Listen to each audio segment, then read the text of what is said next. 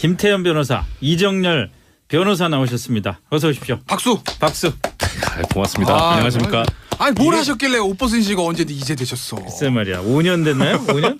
네, 5년 가까이. 5년 동안 아이고 참 뭐라고 참 뭐라고 축하를 드려야 될지 모르겠습니다. 근데 정확하게 말씀드리면 네. 이게 저기 사무장하고 변호사하고 겸직이 안 되거든요. 네. 그 사무장 지금 저기 퇴직 절차를 지금 아직 밟고 있어가지고 그래서 아직 변호사는 뭐 어쨌든 등록은 된 거잖아요. 서울 등록은 됐는데 아직 그러니까 둘 다의 지위를 겸하고 있습니다. 퇴직금 받으시겠네요. 아 진짜. 법인카드도 하나 나오시는 거 아니에요? 법인카드는 사건을 맡아야 법인카드가 나오지. 사건 맡았습니까?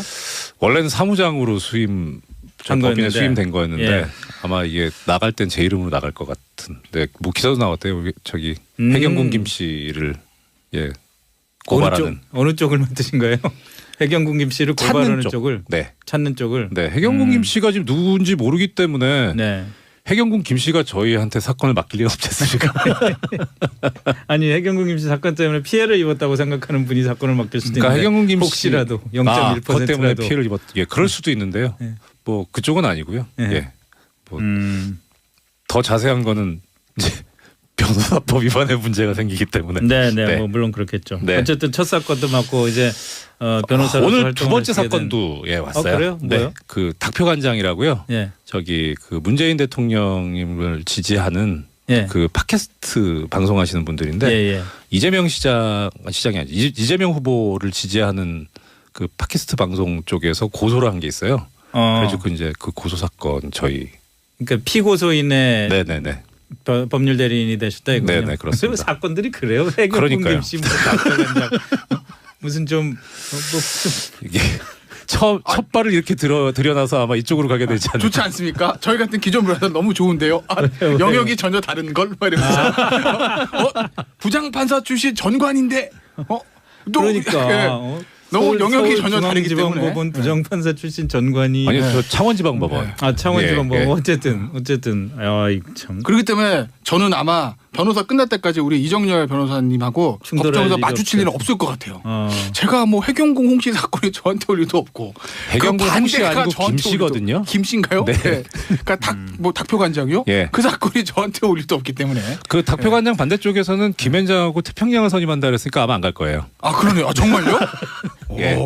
그 반대편은 굉장히 자력이 굉장히 많으신 것 같아요. 뭐 본인들이 그렇다고 얘기를 한다고 하던데요. 예. 김태현 변호사 지금 표정에서 굉장히 안도하는 그런 느낌이 들긴 하네요. 아 그렇죠. 예. 그리고 만약에 이렇게 만나면 합의가 잘 될 것 같은 느낌이 들지 않으십니까? 이렇게 형 이것 좀 이렇게 하자 이러면서 큰일 나요. 아이 그 원래 그 민사 조정도 하고 뭐 이렇게 좀 그렇죠. 저기 그것 때문에 의뢰인들께서 상담 들어오는 게 많은데. 그래요? 다른 뭐 그나저나 서울지방 변호사회가 5년 전에는 안 된다고 그랬다가 이번에 된다고 그러는 거는 뭐 시기가 뭐 그럴 만한 이유가 있습니까? 아니면 입장이 바뀐 겁니까? 어떻습니까? 사실 이거 개인적인 얘기라서 자꾸 좀 아니 그런데 꼭 개인적인 얘기만은 아니기 때문에. 그 제가 행정소송 중에 있었는데. 네. 소송을 취하했다면서요? 예, 그러니까 저기 행정법원에서 조정 공고를 했어요. 그러니까 이 새로 변호사 등록을 신청하는 걸로 하고 만약에 되면은 이제 소를 취하는 걸로 예, 조정 공고를 해주셔서 그래서 이제 그거를 가지고 이제 하게 된. 뭐 거죠. 정권이 바뀐 거하고는 큰 상관이 없나요? 그냥 법원에서 결정을 해주신 거죠. 사실 고맙죠, 진짜. 네. 소송 전막이 그렇게 썩 좋아 보이진 않았는데 아무튼 법원에서 그런 결단을 내려주셔가지고. 열심히 하시길 바라겠습니다. 고맙습니다. 뭐 우리 프로그램을 관두거나 그런 건 아니죠? 아우, 저기 제가 뭐 이게 뭐라고 말씀드려야 되지? 이렇게 시쳇말로 싸가지는 좀 없는데 의리는 있어요. 알겠습니다. 방송 용어인지 모르겠는데 제가 알기로 아마 공중파 방송 데뷔하신 게 시사전망대 맞죠? 이제 아침에 있을 때.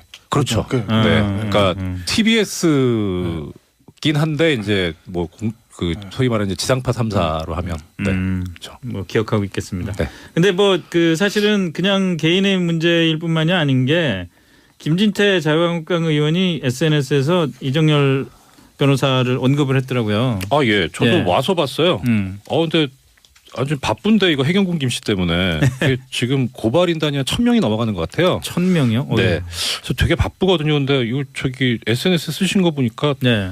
허위사실 적시의 명예훼손인데요, 이거? 그래요? 허위사실이요? 예, 그래서 이거 고소해야 될 것 같은데 큰일 났네. 바쁜데.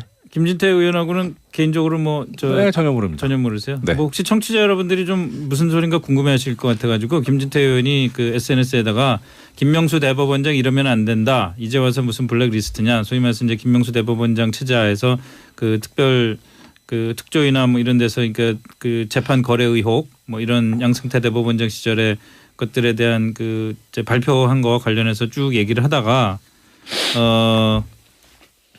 대통령을 뭐라고 모욕을 해도 징계를 받지 않은 판사가 있는데 그 판사는 결국 또 다른 펑크를 낸 다음에 정직에 처해졌고 이런 판사들을 방치한 무능이 문제였다. 근데 이제 와서 무슨 블랙리스트란 말이냐 이렇게 하는 바람에 이 지금 점점점점 이 문제가 됐던 법관이 이정열 변호사이기 때문에 그렇다는 건데. 네. 이거 어떻게 대응을 하실 거예요? 일단 해경궁 김씨 빨리 하고요. 예, 그리고 과연 근데 사실 이런 것까지 하기는 좀 제가 여력이 그렇게 많지는 않은데 그래도 또 국회의원이시고 하니까 인생이 실전이라는 건 또 가르쳐 드려야 되지 않겠습니까? 우리 그 김태현 변호사는 김진태 의원의 SNS 내용에 대해서 어떻게 생각하십니까? 근데 굳이 이제 예전 얘기들을 이렇게까지 꺼내실 필요가 있을까 싶어요. 왜냐하면 본질이 아니니까 문제에. 네, 그렇지 않습니까? 그러니까 지금 김명수 대법원장의 어떤 행동에서 비판할 수준이 있다고 봐요. 그러니까 자유한국당 의원 입장에서 보면. 얘기부터 해보시죠 그럼. 예, 그러니까 왜냐하면 거기서 자연스럽게 이슈로 들어가죠. 그러니까 양승태 대법원장이고 김명수 대법원장 이 사건을 처리하는 그 문제에 대해서 김진태 의원 입장에서 저는 비판을 할 수는 있다고 봐요. 근데 이제 항상 모든 이제 정치인들이 문제지만 비판을 하기 위해서 그 이제 핵심 주제를 치고 들어가야 되는데 자꾸 이제 주변 것들을 언급하는 경우들이 있거든요. 그렇게 되면 본질이 흐려지는 것들이 있죠. 그러니까 그런 측면에서 조금 저는 이제 부적절하다고 보는 거고 김명수 대법원장 문제는 그런 거죠. 그러니까 사실은 어떤 결과가 나오든 간에 예전에 블랙리스트로 시작해가지고 양승태 대법원장에서 2번의 조사 결과가 있었거든요. 근데 이번에 3차 조사단의 이제 조사 결과 발표가 됐어요. 근데 일단 저는 그 조사단의 결과는 다 팩트라고 저는 믿습니다. 왜냐하면 법원 자체에서 조사했다 이거 다 떠나서 예전 같으면 양승태 대법원장의 하에서 조사단 같은 경우에는 어떤 의미에서 보면 본인 양승태 대법원장 임명한 사람들이기 때문에 뭔가를 혹시 이거 좀 덮으려고 그러는 거 아니야? 라는 생각도 할 수 있었겠지만 이번에 이제 김명수 대법원장 하에서의 조사단은 조사단장 자체가 김명수 대법원장이 제일 처음으로 대법관으로 임명 제청한 법원행정처 차장이고 제가 이름이 갑자기 기억이 안 나네요. 그리고 조사단의 이제 절반 정도가 아마 우리법연구회랑 인법검연구회 출신 분들이라고 하세요. 보니까 그러면은 그렇게 언론보다 그렇게 돼 있었어요. 조사단에 그런 오보를 그래요? 어쨌든 그러니까 어느 보도인지 나중에 좀 얘기 좀 해주세요. 그러니까 그 보도에 따르면 조사단원 중에서 미리 말하지 큰일 났네 이거. 이 조사단원 중에서 몇 분이 이제 거기 우리법연구회랑 인권법연구회 소속이었다. 몇 분은 맞죠? 몇 분. 몇 분은 맞는데 절반이랬다. 그건 몇 분. 오케이. 그렇기 때문에 김명수 대법원장에서 김명수 대법원장 의지대로 꾸려진 조사단이기 때문에 그 조사단이 뭘 은폐할 거라고는 생각하기 쉽지 않거든요. 그래서 저는 일단 조사단의 그 결과가 사실이라고 믿고 있고 그런데 조사단이 마지막에 형사 사법행정권의 사법행정권의 남용은 있으나 죄가 되지 않기 때문에 검찰 고발은 적절하지 않다는 결론을 냈어요. 근데 그 결론은 사실은 그렇게 나온 데까지는 김명수 대법원장 어느 정도 동의했다라고 볼 수밖에 없는 건데 상황이. 그런데 김명수 대법원장 기자들이 물으니까 검찰 고발을 검토하고 있는 것처럼 말씀을 하시고 얘기를 하고 그거를 받아서 조사단도 또 그런 쪽으로 의견들이 나오고 입장이 바뀌었죠. 그러니까 그 과정들이 저는 좀 매끄럽지가 않다라는 거예요. 그러니까 고발을 할 거였으면 애초부터 고발합니다라고 하든지 그게 아니면 이거는 부적절하긴 하지만 법원 내부적으로 정리를 하겠습니다라고 했으면 그렇게 해서 정리를 해가야 되는 건데 법원 자체가 지금 외부의 어떤 시각이나 이런 것들이 흔들리는 거 아닌가 하는 저는 그런 점을 좀 우려 깊게 보고 있는 거죠. 일단 가장 크게 구별을 해야 될 거는 법원이에요. 판사. 그러니까 기본적인 흐름은 이 사람들이 판사라는 걸 놓고 보셔야 되는 거예요. 그러니까 왜 바뀌느냐. 맥면상으로 높으면 바뀌는 건 맞는데 첫째는 일단은 이 사람들은 어떤 정치적으로 뭘 어떻게 해야 되겠다라고 하는 게 아니라 나오는 거 봐서 하는데 현재로서는 처음에 나왔을 때 특조단 얘기는 이게 형사처벌의 대상이 되느냐. 저는 안 된다고 생각해요. 예, 그러면 형사처벌의 대상이 안 되는데. 그러면 수사도 안 되는 거 아니에요? 그렇죠, 안 되죠. 그러니까 근데 한계는 뭐냐면 그거죠. 양승태 전 대법원장이 진술을 거부를 했어요. 네. 박병대 전 법원처장도 진술을 거부를 했어요. 그 다음에 인사관리실에서 과연 그런 판사들한테 불이익을 줬느냐 그 인사자료를 보자라고 했는데 자료 제출을 거부를 했어요. 이 한계 내에서 벌어졌던 조사인 거예요. 그러면은 이걸 가지고 이제 어떻게 밝힐 것이냐 이제는 사실 수사기관의 수사밖에 방법이 없는 거죠. 그러니까 이것만 놓고 봐서는 지금 우리가 고발을 할 수 있냐 고발하기 힘들어요. 그다음 그러니까 판사 입장에서 보면 그러니까 자 이거를 그럼 이제 그렇게 넘어갈 수 있는 어떻게 지나갈 수 있는 방법은 결국은 조사를 했으나 여기까지고 그 다음에 법원으로서는 더 이상 할 수 있는 게 없다. 이해해달라라는 쪽이었을 거예요. 그런데 사실 국민들 입장에서 보면 너무너무 미흡한 거죠. 어떻게 이런 걸 했는데 처벌을 안 할 수가 있느냐. 당연히 얘기가 나올 수밖에 없는 거고. 그러니까 검찰 고발 얘기가 나오고 지금 뭐 문건을 전부 다 공개를 할 수도 있다라는 얘기까지 나오게 되는 거예요. 자 그러면은 우선 저기부터 얘기를 해봅시다. 지금 그 처음 말씀하신 게 이거는 처벌할 수 없을 것 같다. 네. 어떤 이유에서 그렇게 보신 거예요? 일단 가장 문제가 될 만한 적용될 만한 조항이 직권남용죄인데요. 예. 직권남용죄가 직권을 남용해서 의무 없는 일을 하게 하거나 뭐 권리 행사를 방해한 경우거든요. 네. 지금 국민 여러분들께서 분노하고 있는 물론 저도 마찬가지지만 그건 뭐냐면 어떻게 재판에 개입을 하고 거래를 하냐 재판을 가지고. 예, 그렇죠. 근데 이게 과연 의무 없는 일을 하게 한 거냐. 누가 어떤 의무를 가지고 있는데 그 의무 없는 일을 하게 한 거냐의 문제거든요. 예. 그러니까 결국 이걸 밝히려면 대법관들을 하나하나 다 불러가지고 자 지시받고 했어요? 설득당했어요? 네. 물어봐야 될 거 아닙니까? 예. 근데 지금 그 부분은 조사가 안 돼 있단 말이에요. 예. 그러니까 이 부분에 만약에 뭐가 나오면 직권남용죄가 이 부분은 될 겁니다. 근데 현재 나와 있는 것만 갖고는 안 되고요. 오직 뭐가 가능하냐? 법원행정처 심의관한테 이런 문건을 쓰게 했는데 지금 법원행정처 네. 차장이 이거는 직권남용이 될 수는 있어요. 왜냐하면 심의관 입장에서는 이 문건을 작성해야 될 법적인 의무는 없거든요. 불법적인 행위이기 때문에. 그러니까 그 문건을 통해서 어떤 행위가 이루어지거나 조치가 된 게 아니라 하더라도 예, 그건 쓰게 관계가 한 것 없어요. 자체만 갖고 그렇죠. 그게 직권남용인데 문제는 특조단 조사 결과에서 지금 이 부분은 언급이 없는데 그 심의관이 이거 제가 원하지 않아서 한 게 아니고 저도 원했어요 해버리면 직권남용이 안 되잖아요. 그러니까 그게 지금 어떤 진술까지 나왔는지 모르고 있거든요. 네. 그러면은 만약에 그랬다면은 근데 그 심의관 입장에서는 이거 저는 하기 싫었는데 한 거예요라고 했을 가능성이 그렇게 높지 않을 거예요. 왜냐하면 그 당시 행정처에 들어간 사람들이 소위 말하는 부역자들이었거든요. 골수 부역자들. 그러니까 원했을 가능성이 상당히 높아요. 그럼 직권남용죄 성립이 안 되거든요. 그럼 이게 지금 현재 법원에서 특조단이 이렇게 조사해 놓은 거 가지고는 고발이 힘들죠 사실은. 그러니까 오히려 이거는 고발의 문제로 해결할 문제가 아니라 다른 기관이 나서 가지고 좀 해야 될 상황이에요. 뭐 그 부분은 그게 따로 얘기가 결국은 나오겠지만. 형식이란 그러니까 수사란 게 되는 거잖아요. 그렇죠. 예. 일단 우리가 하나만 좀 이제 현재까지 나와 있는 팩트만 일단 하나만 정리를 해야 될 것 같아요. 하나만. 그러니까 일단 이제 우리가 이제 언론에서 재판 거래 뭐 이렇게 단어를 쓰는데 뭐 언론에서야 뭐 단어를 쓸 수 있겠죠. 근데 우리가 명백하게 좀 이제까지 현재까지 시점에서 정리를 해야 되는 건 뭐냐면 가장 심각한 재판 거래라고 하면 어떤 형태라면 청와대 전화해서 대통령님 이번에 KTX 어떡할까요? 국가경제 생각해서 하세요. 비슷합니까? 예. 그래가지고 자 기각이야 뭐 상고를 상고 기각인가요? 원심 파기야 뭐 이렇게 해가지고 재판에 썼다. 이거 말씀 죄송하지만 저기 양승태 법원장 목소리가 그분께서는 그런 용어를 아실 것 같지가 않아요. 어쨌든 그래가지고 뭐 이렇게 판결을 바꿨다. 이속지 어떡할까요? 12년 하세요. 그래가지고 12년 했다. 이러면 난리가 나는 건데 그건 아직까지 아니라는 거죠. 현재 나와 있는 버전은. 그건 이제 왜냐하면 이거를 오해하시는 분들이 많더라고요. 야 이거 청와대 전화 받고 청와대 오더 받고 판결 바꾼 거 아니야? 뭐 이렇게 오해하시는 분들이 많은데 아직까지 그건 아니다. 그거 지금 나와 있는 거 뭐냐면 상고법원이 필요한데 이거 청와대에 가서 로비를 해야 되는데 뭐 없을까? 잘 보여야 되는데 야 가져와봐. 잘 보여야 될 거 쫙 판결 놓고 자 우리 VIP가 좋아하시는 거 뽑아보자. KTX 이거 어디다 넣을까? 국가경제. 이석희 어디다 넣을까?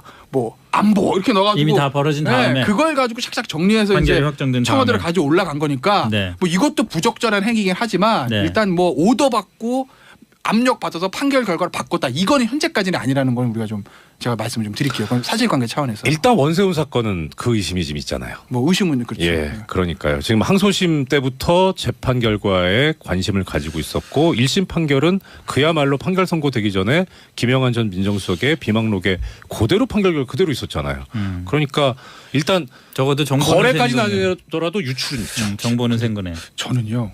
사실 이번에 사태를 보면서 무슨 생각이 들었냐면 물론 다른 행정부 공무원들한테도 마찬가지겠지만 사법부의 고위공무원 사실 법원행정처 사실 판사들은 솔직히 이제 법관이라보다 관료라고 보는 게 맞죠. 사실은 재판 안 하고 이제 그 행정 일을 하는 사람들이니까 우리나라의 모든 공무원들한테 박근혜 전 대통령이 어떻게 비쳤을까라는 저는 생각이 들었어요.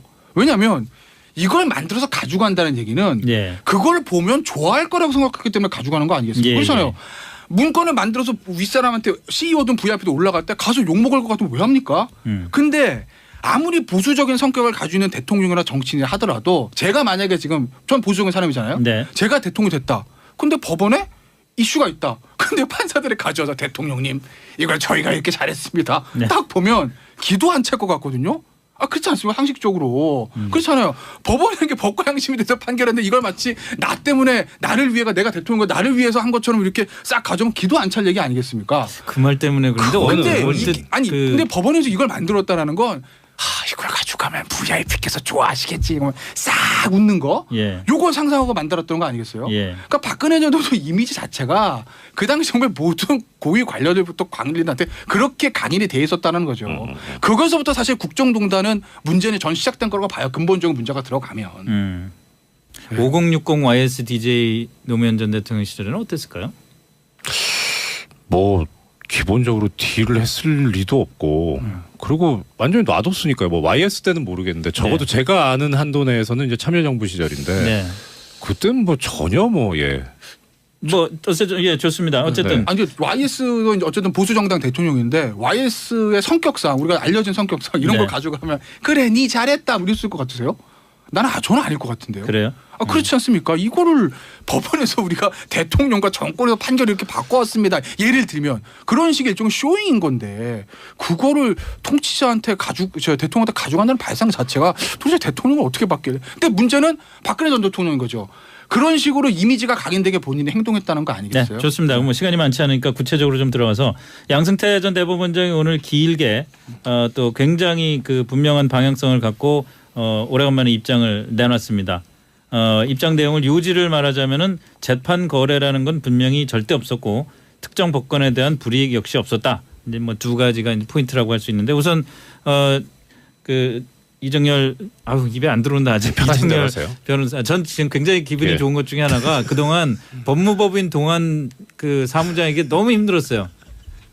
저기 발음에 걸리적거리는 그런 것도 없는데. 저도 힘들어. 전 부장판사 5글자니까. 그러니까 그것도 그렇고. 그러니까 어쨌든 이정열 변호사께서 오늘 양승태 대법원장의 이 그 입장 발표에 대해서 어떻게 보십니까? 그러니까 이게 사실 객관적으로 말씀드리기가 어려운 게 제가 뭐 이렇게 이해관계인이라서 그래서 제가 소감을 말씀해 주시라는 게 아니라 구체적으로 특조단에서 발표한 것과 관련해서 양승태 전 대법원장이 얘기한 거를 볼 때 양 대법원장이 지금 어떤 계산을 하고 있는 것 같다라는 생각이 일단 이 말씀을 드릴게요. 그 기자님들하고 일문일답을 했는데 이런 얘기가 나왔어요.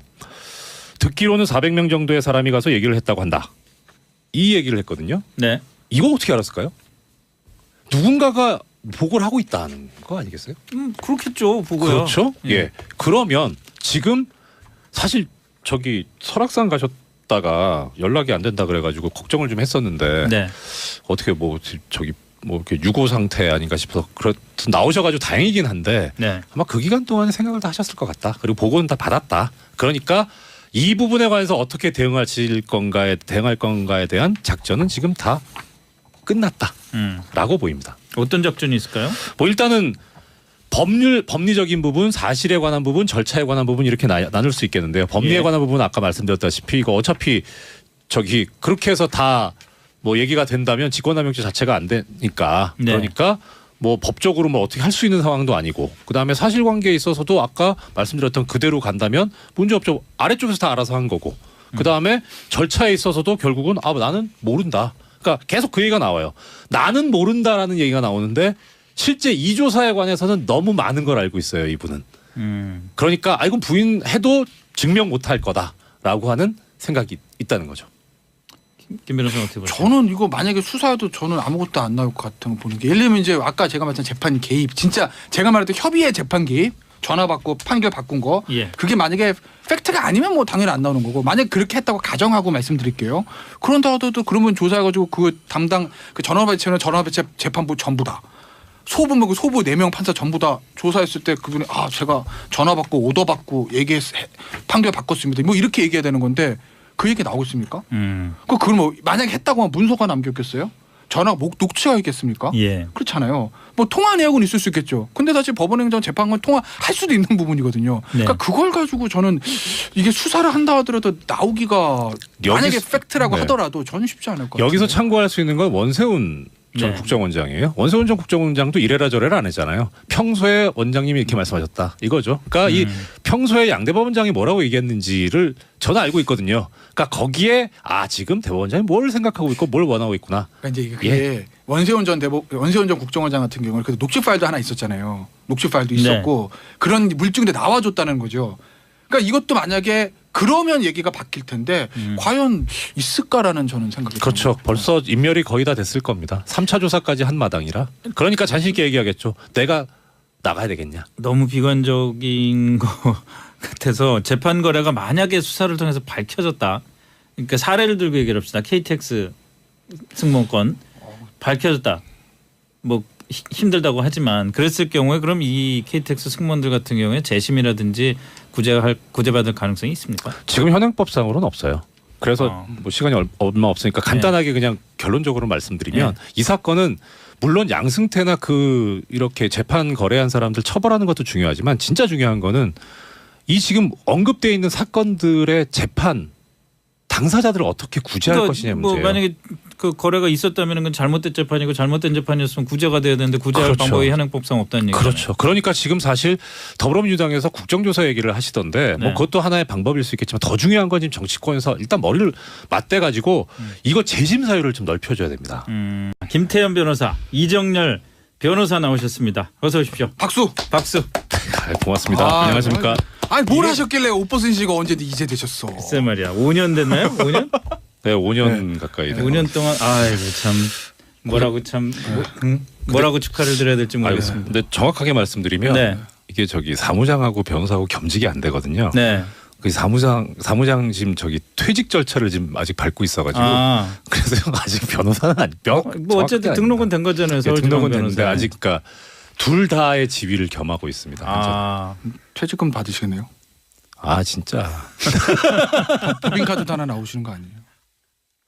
법인카드는 사건을 맡아야 법인카드가 나오지. 사건 맡았습니까? 원래는 사무장으로 법인에 수임된 거였는데 아마 이게 나갈 땐 제 이름으로 나갈 것 같은데 뭐 기사도 나왔대요.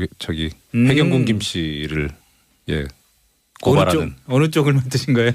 해경군 김 씨를 고발하는 쪽을 찾는 쪽을. 네, 해경군 김 씨가 지금 누군지 모르기 때문에 해경군 김 씨가 저희한테 사건을 맡길 리가 없지 않습니까?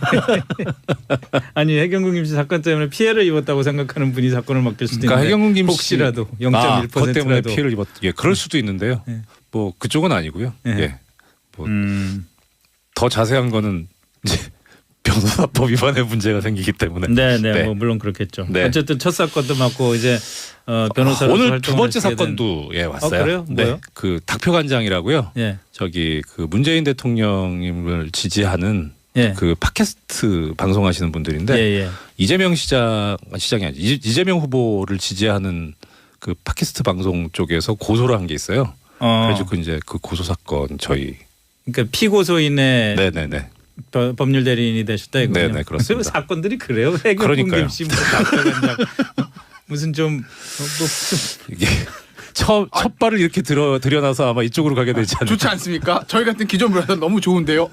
영역이 전혀 다른 걸 말이면서 부장판사 출신 전관인데 그러니까 너무 영역이 전혀 다르기 때문에. 지방법원 부장판사 출신 전관이 저 창원지방법원. 창원지방법원 어쨌든 참. 그렇기 때문에 저는 아마 변호사 끝날 때까지 우리 이정열 변호사님하고 법정에서 일이 마주칠 일은 없을 것 같아요. 제가 뭐 해경궁 홍씨 사건이 저한테 올 일도 없고 해경궁 홍씨 아니고 김씨거든요. 김씨인가요? 네. 네. 그러니까 닥표 관장이요? 예. 그 사건이 저한테 올 일도 없기 때문에. 그 닥표 관장 반대쪽에서는 김현장하고 태평양을 선임한다 그랬으니까 아마 안 갈 거예요. 아 그러네요. 아, 정말요? 예. 그 반대편은 굉장히 자력이 굉장히 많으신 것 같아요. 뭐 본인들이 그렇다고 얘기를 한다고 하던데요. 예. 예. 하여튼 김태현 변호사 지금 표정에서 굉장히 안도하는 그런 느낌이 들긴 하네요. 아 그렇죠. 예. 아 그리고 만약에 이렇게 만나면 합의가 잘 될 것 같은 느낌이 들지 않으십니까? 이렇게 형 이것 좀 이렇게 하자 이러면서 큰일 나요. 아이 그 원래 그 민사 조정도 하고 뭐 이렇게 좀 저기 그것 때문에 의뢰인들께서 상담 들어오는 게 많은데. 아, 그래요? 다른 그나저나 서울지방변호사회가 5년 전에는 안 된다고 그랬다가 이번에 된다고 그러는 거는 뭐 시기가 뭐 그럴 만한 이유가 있습니까? 아니면 입장이 바뀐 겁니까? 어떻습니까? 사실 이거 개인적인 얘기라서 자꾸 좀 아니 그런데 뭐 꼭 개인적인 얘기만은 아니기 때문에. 그 제가 행정소송 중에 있었는데. 네. 소송을 취하했다면서요? 예, 그러니까 저기 행정법원에서 조정 공고를 했어요. 아, 그러니까 이 새로 변호사 등록을 신청하는 걸로 하고 만약에 되면은 이제 소를 취하는 걸로 예, 조정 공고를 해주셔서 그래서 이제 그거를 가지고 이제 하게 된. 뭐 거죠. 정권이 바뀐 거하고는 큰 상관이 없나요? 그냥 법원에서 결정을 해주신 거죠. 사실 고맙죠, 진짜. 네. 법원으로 임명 제청한 저 법원행정처 차장이고 제가 네, 이름이 갑자기 네, 기억이 안 나네요. 예. 그리고 조사단의 이제 절반 정도가 아마 우리법연구회랑 인법법연구회 출신 분들이라고 하세요. 네. 보니까 그러면은 그렇게 언론보다 그렇게 돼 있었어요. 조사단에 그런 오보를. 아 그래요? 어쨌든 그러니까 어느 보던지 나중에 좀 얘기 좀 해주세요. 아 예. 그러니까 그 보도에 따르면 조사단원 중에서 이리 말하지 큰일 났네 이거. 예, 이 조사단원 중에서 몇 분이 이제 거기 우리법연구회랑 인권법연구회 소속이었다. 몇 뭐 분은 이렇게. 맞죠? 네, 몇 분. 몇 분은 몇 맞는데 분, 절반이랬다. 그건 몇 분. 예. 오케이. 예. 그렇기 때문에 김명수 대법원장에서 김명수 대법원장 의지대로 꾸려진 조사단이기 때문에 그 조사단이 뭘 은폐할 거라고는 생각하기 쉽지 않거든요. 예. 그래서 저는 일단 조사단의 어떤 그 결과가 사실이라고 믿고 있고 그런데 조사단이 마지막에 형사 사법행정권의 사법행정권의 남용은 있으나 죄가 되지 않기 때문에 검찰 고발은 적절하지 않다는 결론을 냈어요. 네. 근데 그 결론은 사실은 그렇게 나온 데까지는 김명수 대법원장 어느 정도 동의했다라고 볼 수밖에 없는 건데 상황이. 예. 근데 김명수 대법원장 기자들이 물으니까 검찰 고발을 뭐 검토하고 있는 것처럼 말씀을 하시고 얘기를 하고 그거를 받아서 조사단도 또 그런 쪽으로 의견들이 나오고 입장이 바뀌었죠. 예, 그러니까 그 과정들이 저는 좀 매끄럽지가 않다라는 거예요. 그러니까 고발을 할 거였으면 애초부터 고발합니다라고 하든지 예. 그게 아니면 이거는 부적절하긴 하지만 법원 내부적으로 정리를 하겠습니다라고 했으면 그렇게 해서 정리를 해가야 되는 건데 법원 자체가 지금 외부의 어떤 시각이나 이런 것들이 흔들리는 거 아닌가 하는 저는 그런 점을 좀 우려 깊게 보고 있는 거죠. 일단 가장 크게 구별을 해야 될 거는 법원이에요. 판사. 그러니까 기본적인 흐름은 이 사람들이 판사라는 걸 놓고 보셔야 되는 거예요. 예. 그러니까 왜 바뀌느냐? 뭐 액면상으로 놓고 바뀌는 건 맞는데 첫째는 일단은 이 사람들은 어떤 정치적으로 뭘 어떻게 해야 되겠다라고 하는 게 아니라 나오는 거 봐서 하는데 현재로서는 처음에 나왔을 때 특조단 얘기는 야 이게 형사처벌의 대상이 되느냐? 저는 네. 안 된다고 생각해요.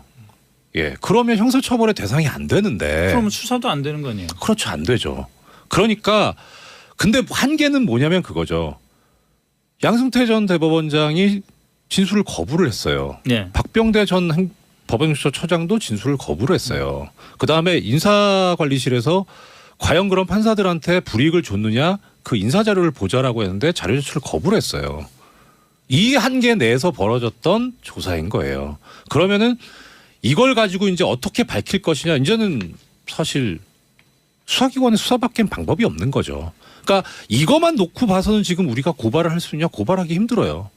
그다음 그러니까 판사 입장에서 보면 그러니까 자 이거를 그럼 이제 그렇게 넘어갈 수 있는 어떻게 지나갈 수 있는 방법은 결국은 조사를 했으나 여기까지고 그 다음에 법원으로서는 더 이상 할 수 있는 게 없다. 이해해달라라는 쪽이었을 거예요. 그런데 사실 국민들 입장에서 보면 너무너무 미흡한 거죠. 어떻게 이런 걸 했는데 처벌을 안 할 수가 있느냐. 당연히 얘기가 나올 수밖에 없는 거고. 그러니까 검찰 고발 얘기가 나오고 지금 뭐 문건을 전부 다 공개를 할 수도 있다라는 얘기까지 나오게 되는 거예요. 자 그러면은 우선 저기부터 얘기를 해봅시다. 지금 그 처음 말씀하신 게 이거는 처벌할 수 없을 것 같다. 네. 어떤 어떤 이유에서 그렇게 보신 거예요? 일단 가장 문제가 될 만한 적용될 만한 조항이 직권남용죄인데요. 예. 직권남용죄가 직권을 남용해서 의무 없는 일을 하게 하거나 뭐 권리 행사를 방해한 경우거든요. 네. 지금 국민 여러분들께서 분노하고 있는, 물론 저도 마찬가지지만 그건 뭐냐면 어떻게 재판에 개입을 하고 거래를 하냐, 재판을. 소송 전막이 그렇게 썩 좋아 보이진 않았는데 어쨌든 법원에서 그런 결단을 내려주셔가지고 예. 열심히 하시길 바라겠습니다. 고맙습니다. 뭐 우리 프로그램을 관두거나 그런 건 아니죠? 아우, 저기 제가 뭐 이게 뭐라고 말씀드려야 되지? 이렇게 시쳇말로 싸가지는 좀 없는데 의리는 있어요. 알겠습니다. 방송 용어인지 모르겠는데 제가 알기로 아마 공중파 방송 데뷔하신 게 시사전망대 맞죠? 이제 아침에 있을 때. 그렇죠. 네. 그러니까 TBS긴 한데 이제 뭐 소위 말하는 이제 지상파 3사로 하면 그렇죠. 뭐 기억하고 있겠습니다. 네. 근데 뭐 사실은 그냥 개인의 문제일 뿐만이 아닌 게 김진태 자유한국당 의원이 SNS에서 이정열 변호사를 언급을 했더라고요. 아, 예. 저도 예. 와서 봤어요. 근데 아주 바쁜데 이거 해경군 김씨 때문에 지금 고발인단이 한 1000명이 넘어가는 것 같아요. 1000명이요? 네. 그래서 되게 바쁘거든요. 근데 이거 SNS 쓰신 거 보니까 네. 허위사실 적시의 명예훼손인데요, 이거? 그래요? 허위사실이요? 예. 그래서 이거 고소해야 될 것 같은데. 큰일 났네. 바쁜데. 김진태 의원하고는 개인적으로 네, 전혀 모릅니다. 전혀 모르세요? 네. 뭐 혹시 청취자 여러분들이 좀 무슨 소린가 궁금해하실 것 같아가지고 김진태 의원이 SNS에다가 김명수 대법원장 이러면 안 된다. 이제 와서 무슨 블랙리스트냐. 소위 말해서 이제 김명수 대법원장 체제하에서 특별 특조위나 뭐 이런 데서 그러니까 재판 거래 의혹 뭐 이런 양승태 대법원장 시절의 것들에 대한 이제 발표한 거와 관련해서 쭉 얘기를 하다가 대통령을 뭐뭐뭐뭐라고 모욕을 해도 징계를 받지 않은 판사가 있는데 그 판사는 결국 뭐 또 다른 뭘 펑크를 낸 다음에 정직에 처해졌고 이런 판사들을 방치한 무능이 문제였다. 근데 이제 와서 무슨 블랙리스트란 말이냐 이렇게 하는 바람에 이 지금 뭐뭐뭐뭐 점점점점 이 문제가 됐던 법관이 이정열 네, 변호사기 때문에 그렇다는 건데 네. 이거 어떻게 대응을 하실 거예요?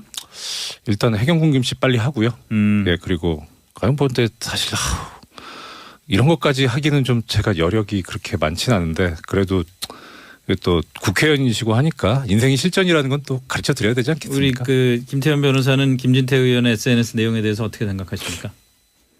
근데 굳이 이제 예전 얘기들을 이렇게까지 꺼내실 필요가 있을까 싶어요. 왜냐하면 본질이 아니니까 문제에. 네, 그렇지 않습니까? 그러니까 지금 김명수 대법원장의 어떤 행동에서 비판할 수준이 있다고 봐요. 그러니까 자유한국당 의원 입장에서 보면. 얘기부터 해보시죠 그럼. 네, 그러니까 왜냐하면 거기서 자연스럽게 이슈로 들어가죠. 그러니까 양승태 대법원장, 양승태 대법원장이고 김명수 대법원장 이 사건을 처리하는 그 문제에 대해서 김진태 의원 입장에서 저는 비판을 할 수는 있다고 봐요. 근데 이제 항상 모든 이제 정치인들이 문제지만 비판을 하기 위해서 이제 핵심 주제를 치고 들어가야 되는데 자꾸 이제 주변 것들을 언급하는 경우들이 있거든요. 네. 그렇게 되면 본질이 흐려지는 것들이 있죠. 그러니까 그런 측면에서 조금 저는 이제 부적절하다고 보는 거고 김명수 대법원장 문제는 그런 거죠. 그러니까 사실은 어떤 결과가 나오든 간에 예전에 블랙리스트로 시작해가지고 양승태 대법원장에서 2번의 조사 결과가 있었거든요. 네. 근데 이번에 3차 조사단의 이제 조사 결과 발표가 됐어요. 네. 근데 일단 저는 그 조사단의 결과는 다 팩트라고 저는 믿습니다. 네. 왜냐하면 법원 자체에서 조사했다 이거 다 떠나서 예전 같으면 양승태 대법원장의 하에서 조사단 같은 경우에는 어떤 의미에서 보면 본인 양승태 대법원장 임명한 사람들이기 때문에 뭔가를 혹시 이거 좀 덮으려고 그러는 거 아니야? 네. 라는 생각도 할 수 있었겠지만 이번에 이제 김명수 대법원장 하에서의 조사단은 조사단장 자체가 김명수 대법원장이 제일 처음으로 대법관 판사들은 솔직히 이제 법관이라보다 관료라고 보는 게 맞죠. 사실은 재판 안 하고 이제 행정 일을 하는 사람들이니까 우리나라의 모든 공무원들한테 박근혜 전 대통령이 어떻게 비쳤을까라는 저는 생각이 들었어요. 왜냐하면 이걸 만들어서 가져간다는 얘기는 그걸 보면 좋아할 거라고 생각했기 때문에 가져가는 거 아니겠습니까? 그렇잖아요. 문건을 만들어서 윗사람한테 CEO든 VIP도 올라갈 때 가서 욕먹을 것 같으면 왜 합니까? 근데 아무리 보수적인 성격을 가지고 있는 대통령이나 정치인이 하더라도 제가 만약에 지금 전 보수적인 사람이잖아요. 네. 제가 대통령이 됐다. 근데 법원에 이슈가 있다. 근데 판사들이 가져와서 대통령님 이걸 저희가 이렇게 잘했습니다. 네. 딱 보면 기도 안 찰 것 같거든요. 그렇지 않습니까? 상식적으로. 그렇잖아요. 법원이라는 게 법과 양심이 돼서 판결했는데 이걸 마치 나 때문에 나를 위해가 내가 대통령과 나를 위해서 한 것처럼 이렇게 싹 가져오면 기도 안 찰 얘기 아니겠습니까? 그 말 때문에 그런데 근데 법원에서 이걸 만들었다라는 건 이걸 가져가면 VIP께서 좋아하시겠지. 싹 웃는 거. 예. 요걸 상상하고 만들었던 거 아니겠어요? 예. 그러니까 박근혜 전 대통령 이미지 자체가 그 당시 정말 모든 고위 관료들부터 관리들한테 그렇게 강인이 돼 있었다는 거죠. 그것서부터 사실 국정농단은 문제는 전 시작된 거라고 봐요. 근본적인 문제가 들어가면. 5060 YSDJ 노무현 전 대통령 시절에는 어땠을까요?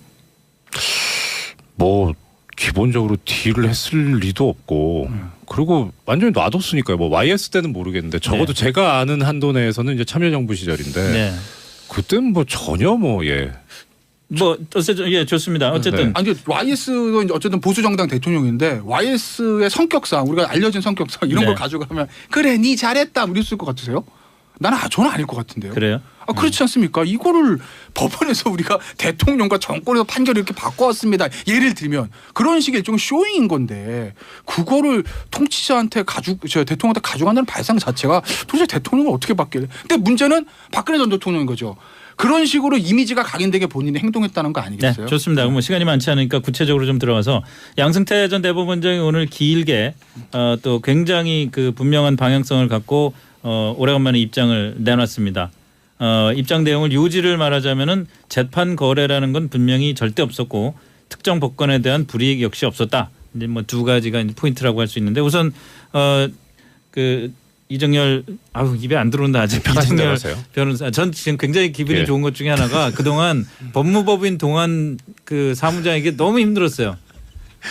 저기 발음에 걸리적거리는 그런 것도 없는데. 저도 힘들어. 전 부장판사 5글자니까. 그러니까 그것도 그렇고. 네. 그래 어쨌든 이정열 변호사께서 오늘 양승태 대법원장의 이 그 담화 입장 발표에 대해서 어떻게 보십니까? 그러니까 이게 사실 객관적으로 말씀드리기가 어려운 게 제가 뭐 이렇게 이해관계인이라서 그래서 제가 소감을 말씀해 주시라는 게 아니라 구체적으로 특조단에서 발표한 것과 관련해서 양승태 전 대법원장이 얘기한 거를 볼 때 양 대법원장이 지금 어떤 계산을 하고 있는 것 같다라는 생각이 일단 이 말씀을 드릴게요. 그 기자님들하고 일문일답을 했는데 이런 얘기가 나왔어요.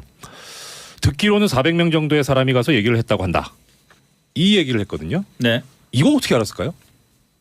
누군가가 보고를 하고 있다는 거 아니겠어요?